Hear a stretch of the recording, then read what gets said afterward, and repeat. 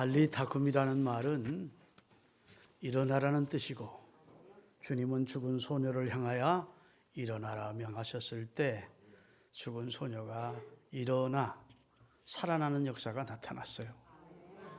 예수님은 안진뱅이도 일으키시고 죽은 자도 살리셨는데, 예수님의 제자 베드로와 요한이 나면서부터 안진뱅이 된 성전 비문에 앉아있던 그 사람을 향하여 은과 금은 없다, 그러나 내게 있는 것으로 내게 준다, 곧 나사렛 예수의 이름으로 일어나라.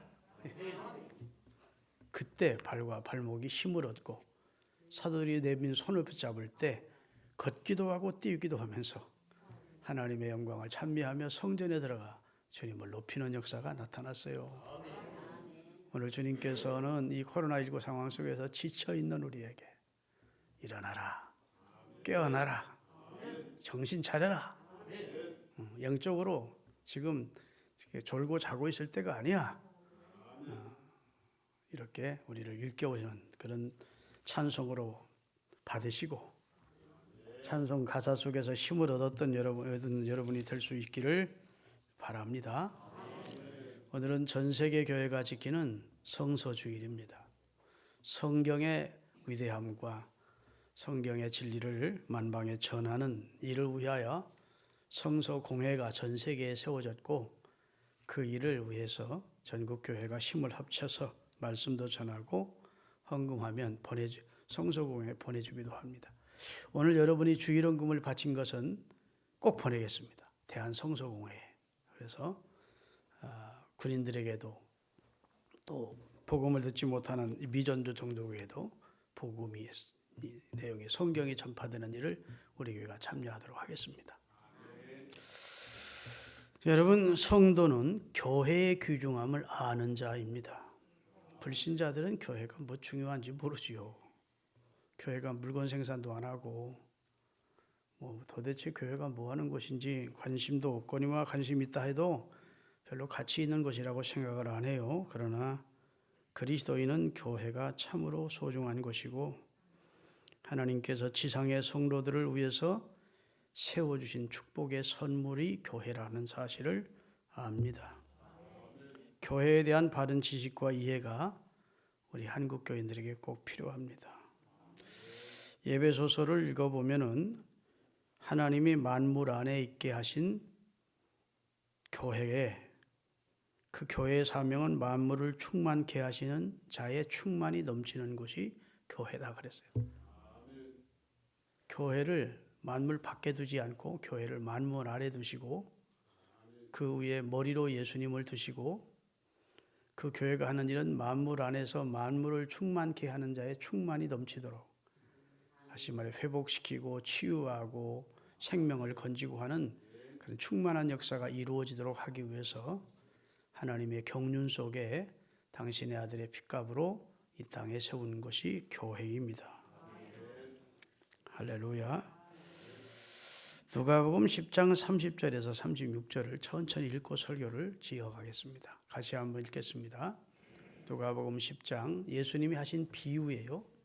30절부터 예수께서 대답하여 이르시되, 어떤 사람이 예루살렘에서 여리고로 내려가다가 강도를 만나 강도들이 그 옷을 벗기고 때려 거의 죽은 것을 버려두고 갔더라. 마침 한 제사장이 그 길로 내려가다가 그를 보고 피하여 지나가고, 또 이와 같이 한 뇌인도 그곳에 이르러 그를 보고 피하여 지나가되, 어떤 사마리아 사람은 여행 중 거기 이르러 그를 보고 불쌍히 여겨 거기서 가까이 가서 기름과 포도주를 그 상처에 붓고 싸매고 자기 짐승에 태워 주막으로 데리고 가서 돌보아 주니라. 그 이튿날 그가 주막 주인에게 데나리온 2를 내어주며 이르되, 이 사람을 돌보아 주라. 비용이 더 들면 내가 돌아올 때 갚으리라 하였으니, 네 생각에는 이 세 사람 중에 누가 강도 만난 자의 이웃이 되겠느냐. 이렇게 예수님이 말씀하셨어요. 이 말씀을 비유이니까 설명을 하면 이렇습니다. 모든 인생은 강도 만난 존재라는 겁니다. 우리 인생이 사단이라는 강도를 만나서 하나님이 주신 에덴에서 신라곤 쫓겨나서 만신창이가 된 겁니다. 영과 육과 정신이 만신창이가 되어 옷을 벗기고 매로 맞고 거반 죽게 된 것을 비탈길에 버려두고 그 강도들이 갔는데 그렇게 불쌍하게 죽게 된 존재가 우리 인생들이었다는 겁니다. 그런데 종교인들이 보고 구원해낼 힘이 없는 거예요. 자기도 그런 일을 당할까 봐 피해서 도망갔다는 겁니다. 인류의 모든 성인들이 그 강도 만난 그 사람을 구원해낼 힘이 없었다는 겁니다. 그런데 사람들에게 외면받고 멸시받던 사마리아인이 그 비탈길로 내려가서 포도주와 기름을 가지고 상처받고 지금 거반 죽어가는 그 강도 만난 자를 포도주로 씻기고 기름으로 치료해주고 그를 자기 나귀 위에 태워서 주막으로 가까운 주막으로 데려다 주면서 이 환자를 잘 치료해 주시라 그렇게 주막 주인에게 부탁을 했다는 겁니다. 그리고 그 이튿날 떠나면서 데나리온 2를 주었대요. 이 돈을 가지고 이 사람 좀 잘 온전해질 때까지 잘 돌봐 주십시오. 내가 돌아와서 그 이상으로 당신이 수고한 이상으로 보상해 주겠습니다. 이렇게 말했다는 겁니다. 여기 선한 사마리아 사람이 누구라고 그랬죠? 예수님을 말하는 거예요. 강도 만나 죽어가는 우리 인류를 구원하기 위하여 예수님이 비탈길과 같은 이 세상에 내려오셨고 포도주 같은 그의 피로 우리를 씻어주셨고 성령의 기름으로 우리를 치료해 주셨고 그리고 주막인 교회에다 맡겼다는 겁니다. 그가 구원한 백성들을 온전케 해야 될 때까지 주막인 교회에 맡기고 주막 주인인 목사에게 말씀을 주셨다는 거예요. 신약 성경, 구약 성경 2데나리온을 주면서 이 말씀으로 온전케 될 때까지 키워달라. 온전케 성숙시켜달라. 건강해질 때까지 돌봐주라. 이렇게 맡겼. 그리고 예수님은 떠나셨대요. 그리고 다시 와서 교회에 맡겨준 양무리들을 그 사람들을 잘 돌보준 주의 종에게 주막 주인에게 주님이 보상해 주겠다. 약속했다는 이 내용이에요. 이게 주님이 하신 비유의 설명을 제가 한 것입니다. 인류는 강도 만났어요. 죽어가고 있었어요. 죄의 삭선 사망이고 결국 죽을 수밖에 없는 존재였는데 주님이 내려오셔서 주님이 치료하시고 주님이 성령으로 다 깨끗게 치료하시고 우리를 어디에? 주막에. 주막이 뭐라고요? 이 땅에 피값으로 세우신 주님의 교회에 맡겨주시고 주막 주인인 목사, 담임 목사에게 내가 생명을 버려 구원한 이 사람 잘 돌봐줘라. 온전케 될 때까지 키워줘라. 신앙적으로 맡겨주셨대요. 그리고 주님은 부활 승천하셨고 다시 와서 내 일에 최선을 다한 내가 부탁한 일에 최선을 다한 너희에게 내가 보상해 주겠다.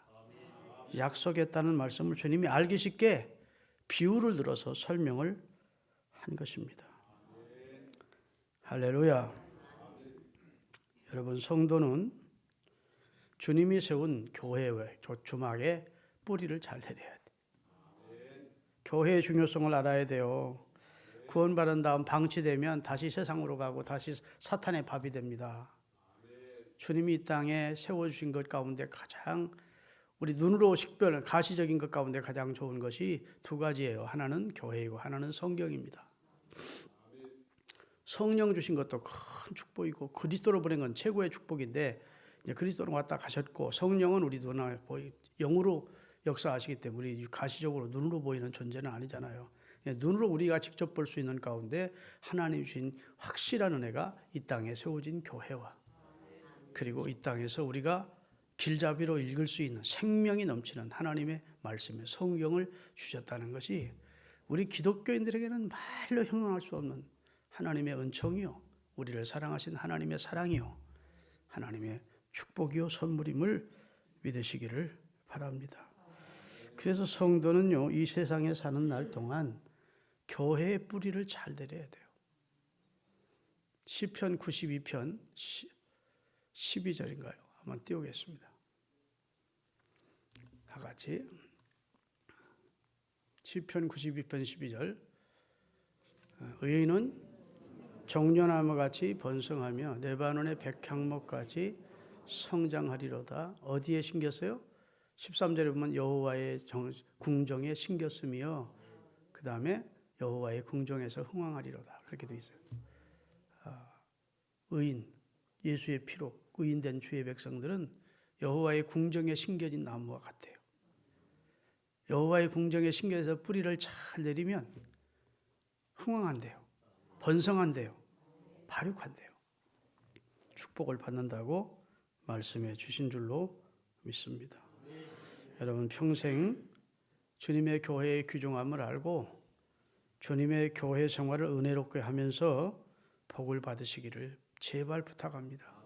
중간에 시험들과 손해보지 마시고 악에 빠지지 마시고 후회하지 마시고 평생 신앙생활 잘하세요. 시편 134편 2절 3절입니다. 성소를 향하여 너희 손을 들고 여호와를 송축하라. 천지를 지으신 여호와께서 시온에서 내게 복을 주실지어다. 하나님은 천지가 아니 계신 것이 없지만 복은 어디를 통해 주시느냐? 시온을 통해 주시네. 시온은 성전을 말합니다. 그래서 하나님의 성전을 시은소라 그래요. 하나님이 은혜 주시는 장소라는 거예요. 믿습니까? 그러니까 하나님은 아니 계신 것이 없이 무소부지하시지만 복은 어디를 통해 주시느냐? 시온을 통해 복을 주신다고 말씀하셨어요. 제가 평생을 살아오면서 보니까 교회 생활 은혜롭게 하는 사람들 다 복받고 영적으로 잘 되고 할렐루야 자녀들이 잘 되고 마귀가 얼마나 강하게 역사하는 세상입니까? 그런 세상에서 하나님의 보호 안에 사는 것이 축복임을 믿으시기를 바랍니다. 한국 교회 안에요 사이비가 많아요. 짝퉁이 많다고 가짜가 많아요. 그래서 교회를 어지럽히는 짝퉁 목사들이 많고 지도자들이 많아요. 잘못 가르치고 또 잘못 인도하고 예언한답시고 하나님의 말씀을 예언하는 것이 아니라 사사로운 자기 생각을 기도랍시고 해주고 나서 그 사람의 인생을 망치는 그런 사람들이 기도원 주변에 큰 교회 주변에 기생하면서 자기 먹고 살고 있는 사람들이 많이 있다고요. 기도 많이 한다는 권사, 기도 많이 한다는 전도사, 하나님과 직접 통한다는 목사, 목회지도 제대로 없어 그런 사람들은.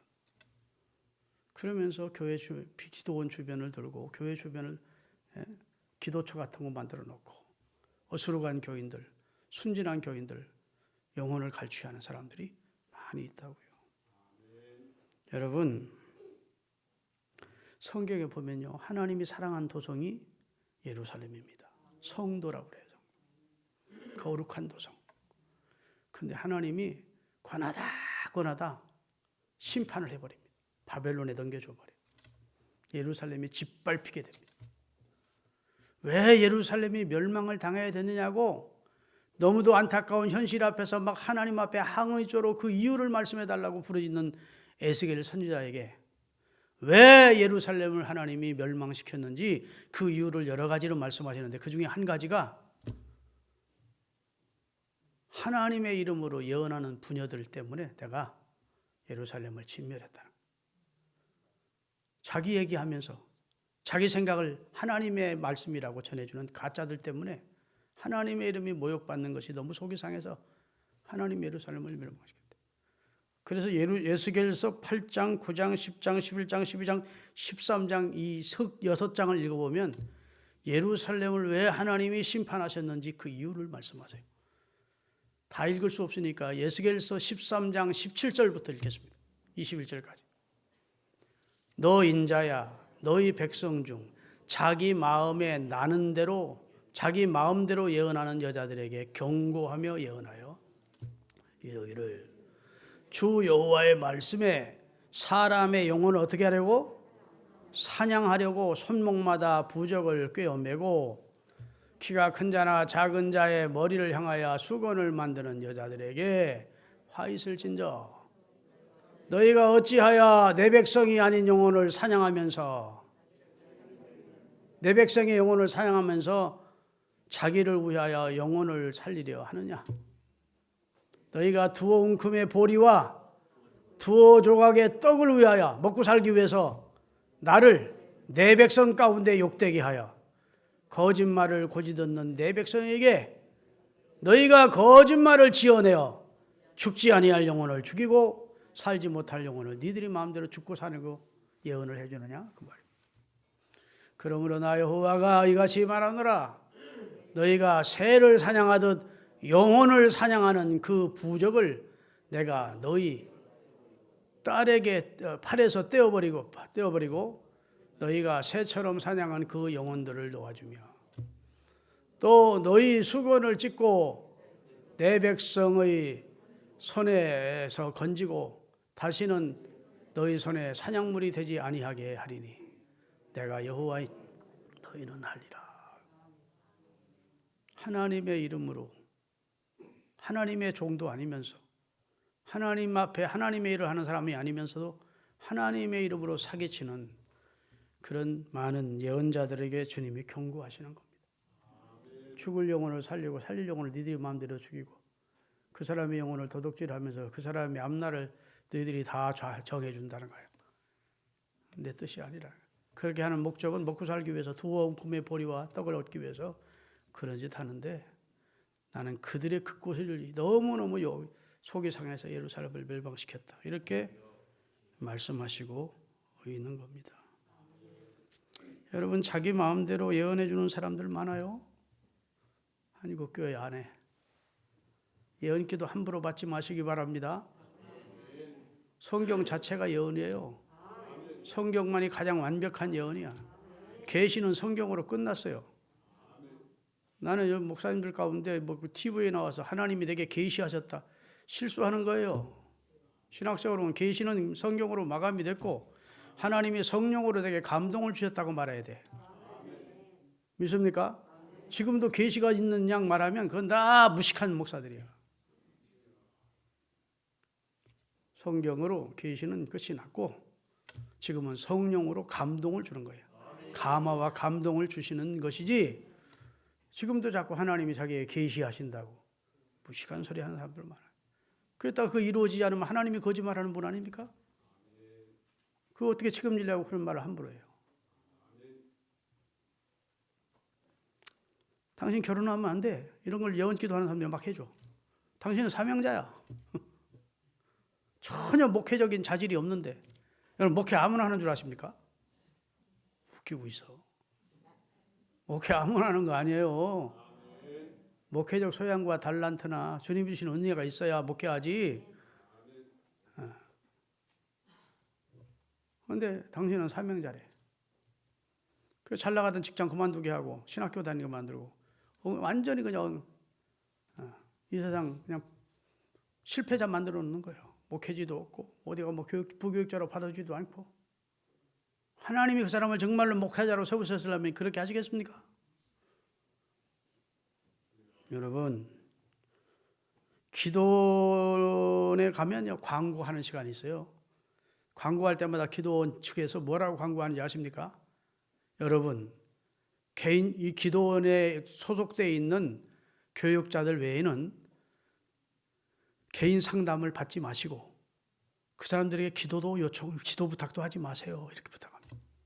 왜 그런 부탁을 할까요? 사이비가 많이 있다는 걸 경험으로 아니까. 기도하는 소리 들어보다가 친절하게 다가오는 거예요. 기도하는 소리 들었으니까 그 사람이 왜 기도원에 올렸는지 다 알잖아. 아이고 내가 기도해보니까 당신 남편이 바람을 피고 있구만. 어떻게 하셨어요? 다 알아. 하나님이 다 보여줘. 그러면서 하여튼 재산 갈취하고 인생 망치는 사람들이 많이 있어요. 여러분 너무 신비주의자가 되어 신비 쪽으로 자꾸 가다 보면 그런 경우가 많이 있어요. 우리 교회가 둔천동에 있었어요. 우리 둔천동에 있을 때 우리 김성주 장로님 가정이 거기 때부터 우리 교회 나오셨는데 3층 상가에 있었어요. 근데 그 앞에 진흥 아파트라는 아파트에서 저녁 예배, 주일 오후 저녁 예배, 주일 저녁 예배 때 한 가족이 우리 교회를 나왔어요. 등록은 안 하고. 근데 이름이 박연옥 권사야. 이름도 안 잊어버려. 우리 동생 이름하고 똑같아서. 남편도 나오고 시어머니도 나오고 가족이 나왔어요. 그러면서 온갖 미사여구를 다 동원해가지고 나를 들뜨게 하는 거예요. 난 세상에 이렇게 말씀 좋은 목사님 처음 만나봤습니다. 이렇게 잘생긴 목사님도 처음입니다. 아니, 우스갯소리 하면 좀 웃어봐요. 하여튼 그 이상으로 하여튼 좋은 소리를 내게 해주는 거예요. 어떻게 성경을 잘 하시느냐, 뭐냐, 하여튼 앞으로 큰 부흥 될 것이다. 자기가 부흥회를 많이 다닌대. 비록 권사지만 은사 집회인도 알아. 그 시어머니를 통해서 계속 우리 교회도 자기를 강단에 세워줘라. 우리 며느리를 강단에 세워보라는 거예요. 한 3일 동안 부흥회하면 이 교회는 큰 역사가 일어난다는 거예요. 세웠겠습니까? 안 세웠겠습니까? 내가 안 세우지. 내가 영적 분별력이 있는데 열매가 있는 사람이 아닌데. 그런데 우리 교회에 참 순박한 여자 권사님 한 분 계셨어. 보성 여자 전문대학교를 나오신 분이야. 허리 구죽하고 김진주 권사님이라. 그 사람과 언제 접촉해가지고 기도해주고 한다니까. 권사님이 우리 사위가 서울대 출신인데 주유소를 강남에서 주유소를 몇 개 하는데 딸은 이대 나왔고 피아노 학원을 크게 해서 돈 벌어서 7층짜리 상가도 있고 AID 아파트도 하나 가지고 있고 뭐 이렇게 얘기를 했나 봐. 그러니까 사위를 위해서 기도해 드리겠습니다. 마귀를 쫓아가겠습니다. 그렇게 하려면 먼저 헌금을 작정 헌금 하셔야 됩니다. 그래서 AID 아파트를 그 사람 이름으로 해준 거예요. 지금 아마 AID 아파트 20억 원 할걸. 그리고 7층짜리도 달라고 하는 쪽으로 하니까 우리 권사님이 그때서야 나한테 목사님 박연옥 권사가 기도해 준다면서 AID 아파트 받아갈고 7층짜리도 바치라고 그러네요. 그래 깜짝 놀랐지 내가. 당장 오라고 박연석이 왔어요. 당신 왜 사기치고 다니느냐? 응? 당신이 무슨 권리로 교인들의 돈을 헌금받느냐? 당신에게 사도의 전승이 있느냐? 교회가 당신을 목사로 세웠느냐? 합법적으로 교회를 노예가 와서 교회를 창립 선언을 해줬느냐? 당신이 무슨 권리로 그런 짓을 하고 다녀? 사기치고 다니다 괜히 당신 망하지 말고 다시 돌려주라 그랬더니 아무것도 안 하더니 그냥 나갔어. 그러더니 김철중 목사가 신실한 목사인 줄 알았더니 하나님께 바친 것을 다시 달라고 한다고 참목자가 아니라고 그러고 떠들고 다니네. 그래서 내가 다시 불렀어. 만약 돌려주지 않으면 이건 내가 김진주 권사를 통해서 사법 처리를 해서 당신이 사기로 집어넣겠다. 그랬더니 그래도 못 돌려준대. 뭐 나한테 막을 쓰다고 하고 그냥 나가더라고. 그래서 권사님을 불러놓고 도대체 일을 어떻게 이렇게 만들었습니까? 가족 가운데 무슨 뭐 좀 힘 있는 사람 없습니까? 했더니 사촌 동생이 서울경찰청의 청장이야. 잘 됐다 싶어가지고 다시 오라고 그랬어. 그 사람의 인적 사항을 딱 보여주면서 자, 이 사람이 김진중 권사님의 사촌 동생인데 서울시경 청장이다. 당신 죽으려면 그냥 그 돈 AID 아파트 먹고 살려면 내놔야 돼. 다 내놨어.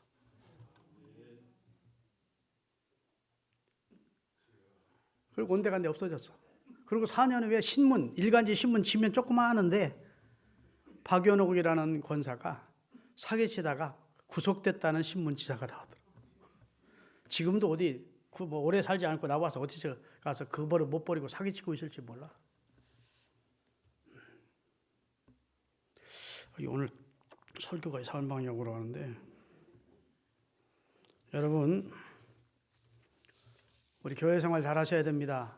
자꾸 다른 데 신경 쓰지 마시고 우리 목사님이 말씀 잘 전하는 신실한 복음 전하는 목사다 싶으면 거기 잘 속해서 신앙 지도 받으면서 교회 잘 섬기면 당대에도 자자손손에도 하나님이 은혜를 주실 터인데 아이고 바람난 자자처럼 이나 교회 막가.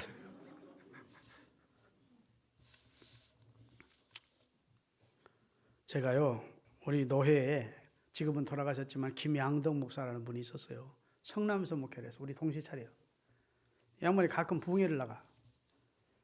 근데 대전에 부흥회를 갔는데 남자 집사 하나가 기침을 하는데 콜록콜록 하더니 막 각혈을 하더래요.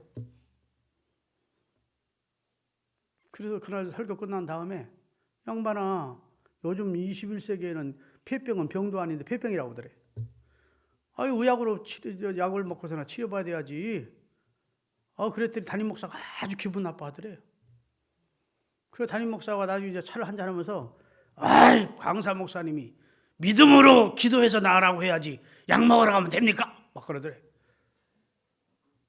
그래서 김양덕 목사가 그 정도는 하나님 앞에 은혜를 구하도 되지만 의약이 있으면 그 약을 먹으면 되지 않습니까? 그랬더니 사모님이 또 부엌에 있다가 강사한테 막 자기 아들 나무라듯이 막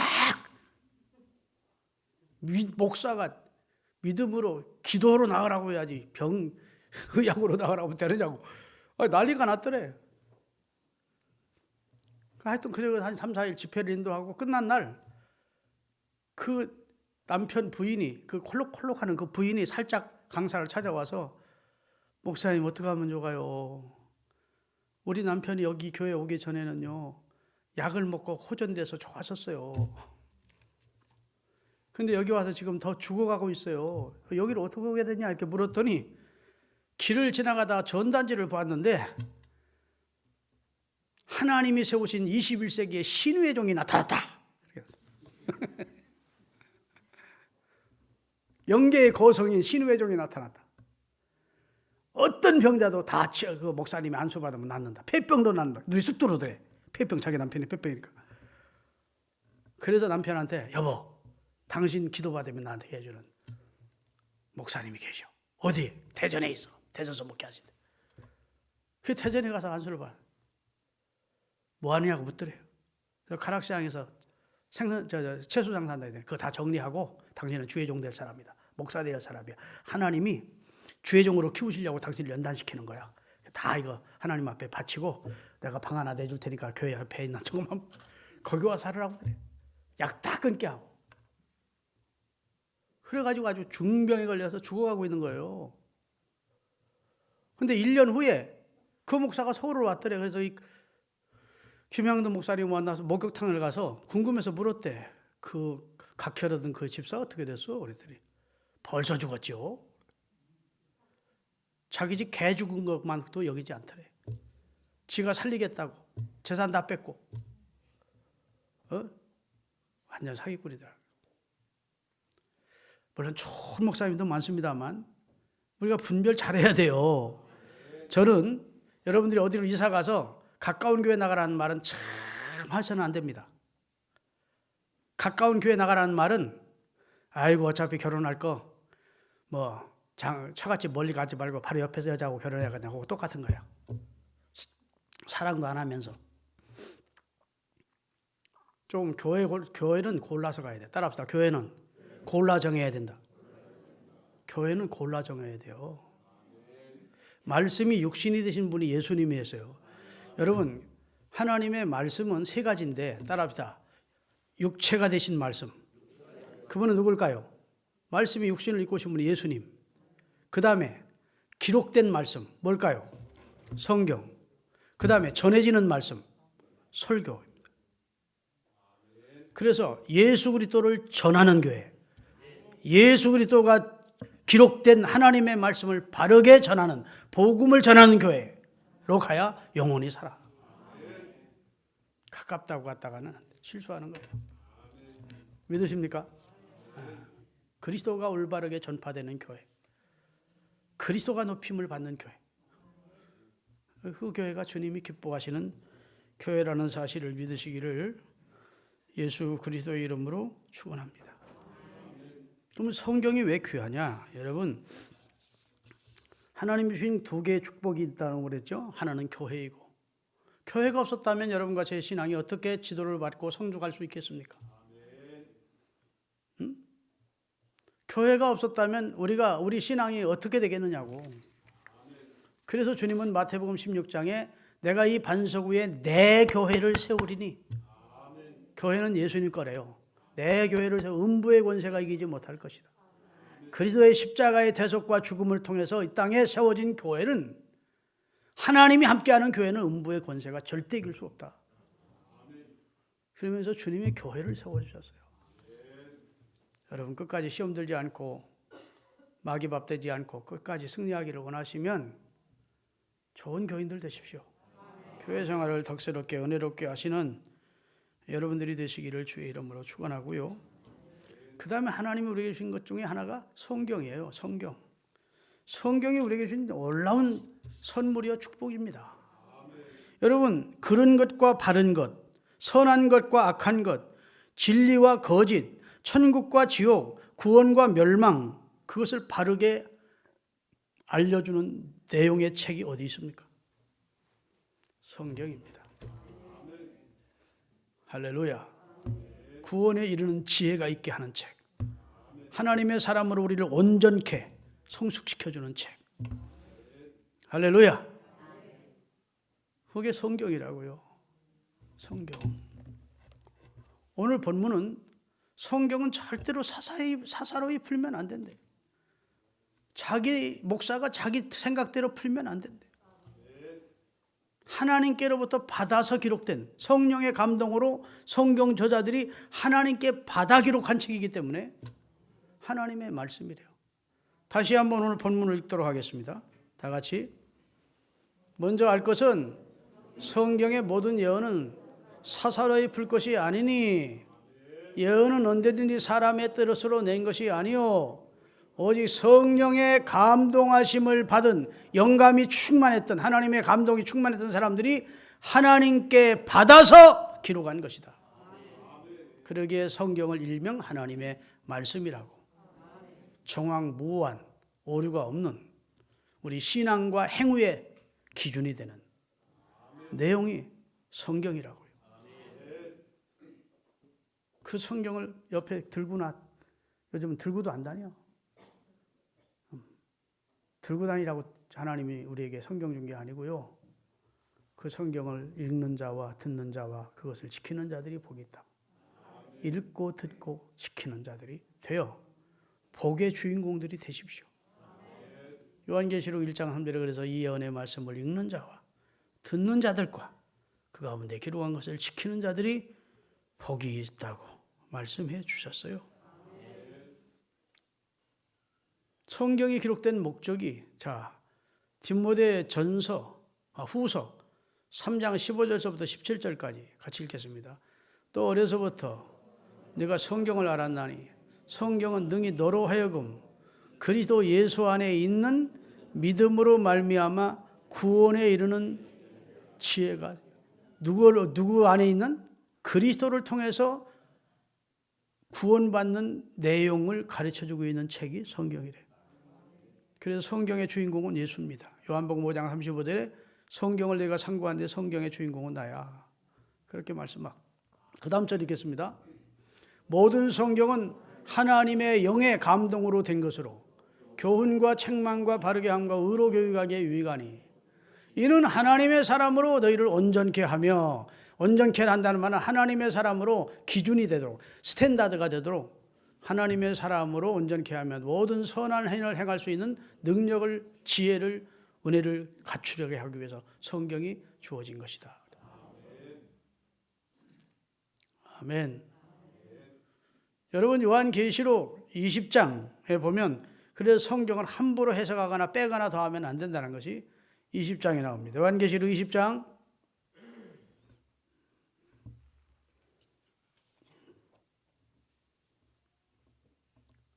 22장 같이 읽겠습니다. 내가 이 예언의, 이 두루마기의 예언의 말씀을 듣는 모든 사람에게 증언하노니, 만일 누구든지 이것들이 외에 더하면, 하나님의 말씀이 모자라다 싶어서 여기다 추가하면 그 다음에 어떻게 해요? 기록된 재앙이 그에게 더해질 것이고, 그 다음에 만일 누구든지 두루마리연, 옛날에는 성경이 이렇게 되어 있지 않고 가죽 두루마리로 써져 있었어요. 이게 두루마리라는 말은 성경을 말하는 겁니다. 두루마리 예언의 말씀에서 자기가 믿어지지 않는다고 하나님의 말씀을 제해버리면 하나님이 이 두루마리에 기록된 생명나무와 거룩한 성에 참여할 때 그 사람도 제껴버릴 것이다. 천국에 못 들어오게 하겠다. 그러니까 타치하면 안 된다는 거예요. 네가 이성적으로 판단하고 빼거나 더하면 안 된다는 거예요. 그대로 전하라는 거예요. 내가 이해를 못하면 성령의 조명을 받아서 기도를 통해서, 그래서 성경으로 풀어서 그리스도론적으로, 그다음에 교회론적으로, 종말론적으로 성경을 보는 관점을 가지고 제대로 풀어서 전해주어야 생명을 살리는 역사가 나타나는 거예요. 할렐루야. 디모데전서, 성경이 좀 시간이 갔지만 이것만 더 하고 마치겠습니다. 디모데전서 3장 15절 16절이 띄우겠습니다.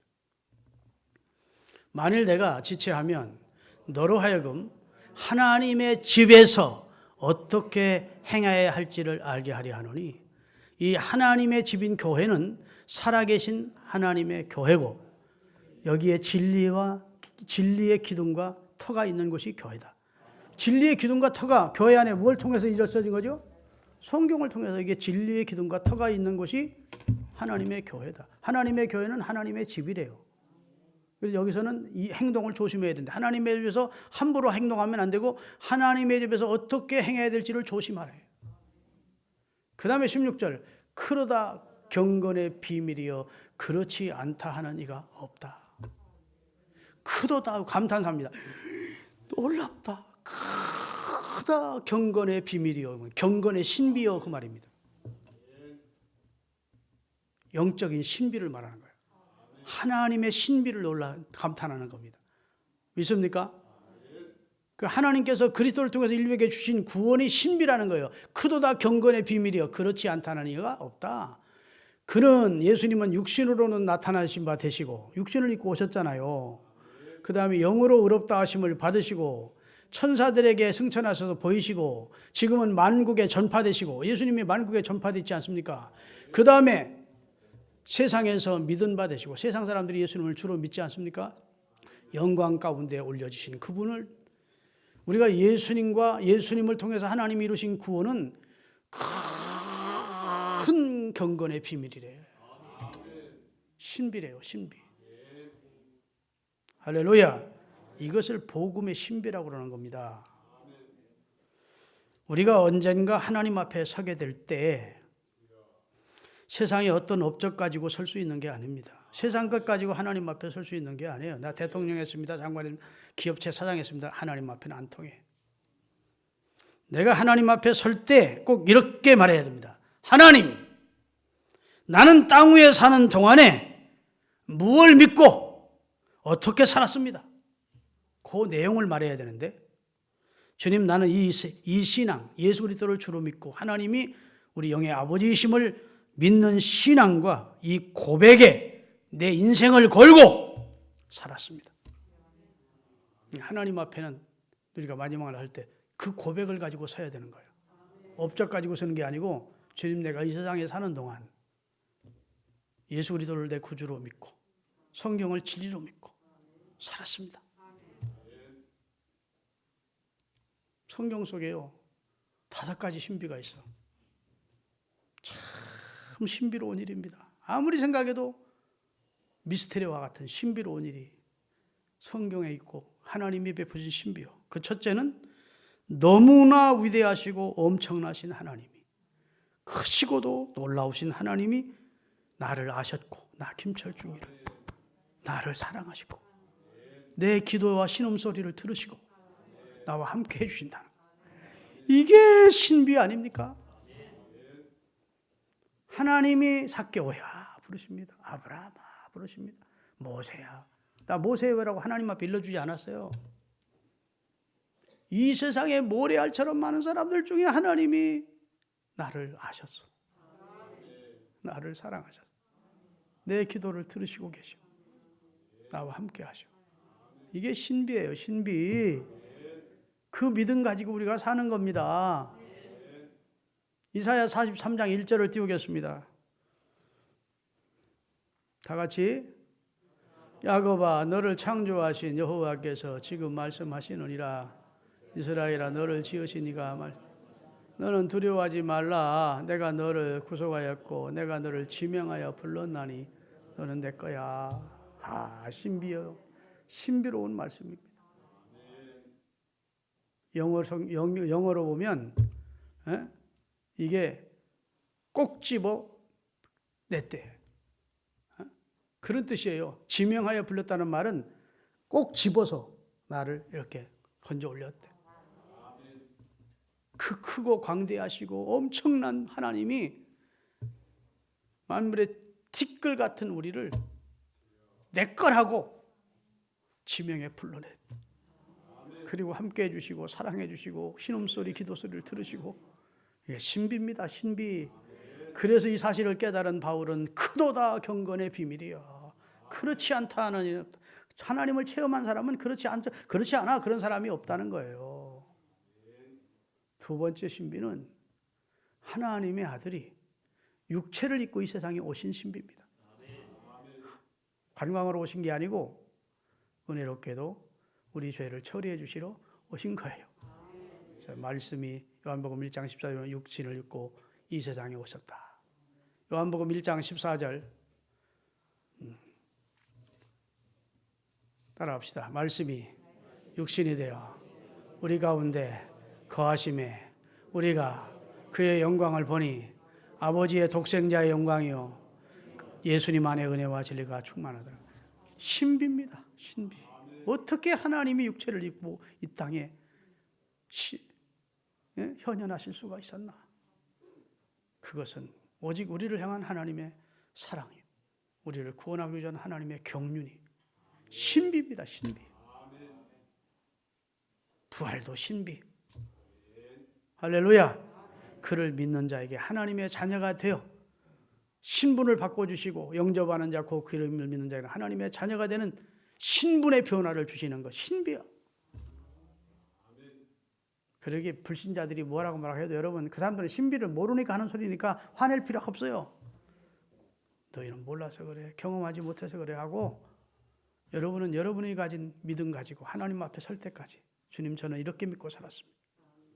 저는 이렇게 고백하며 이 신앙 가지고 세상을 살았습니다 라고 고백할 수 있는데, 특별히 교회는 주님이 세우신 주마, 주의 종은 교회 안에서 하나님의 맡겨주신 양무리를 온전케 해지는 일을 감당하는 자, 성경은 우리를 구원으로 인도하는 책, 우리를 온전케 하는 하나님 주신 최고의 선물, 그렇게 믿고 교회 사랑하고 성경 사랑하며 사시는 우리 신흥가족들 되시기를 바랍니다. 기도하시겠습니다.